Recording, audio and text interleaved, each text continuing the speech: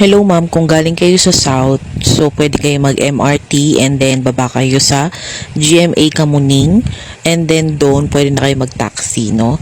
Pero alam ko, meron ding jeep na galing dun sa Kamuning pero hindi ko lang alam kung ano yung signage, no? This video naman is yung actual na paggawa ko ng aking halo-halo. So, ayan. Napakaganda dito sa Food Club Manila kasi marami talagang choices. Lahat talaga ng food na hahanapin mo ay nandito na sa kanila. So, kung gusto niyo pumunta mga mare ko, pwede kayo sa Fisher Mall, pwede rin po kayo sa Ayala Mall by the Bay, dyan sa may Paranaque. Ayan, kung taga South kayo, pag taga North naman kayo, doon kayo sa Fisher Mall na Food Club Manila. So, ayun lang. Salamat sa panonood ninyo sa ating video. At i-follow nyo na lang ako for more mini vlogs like this.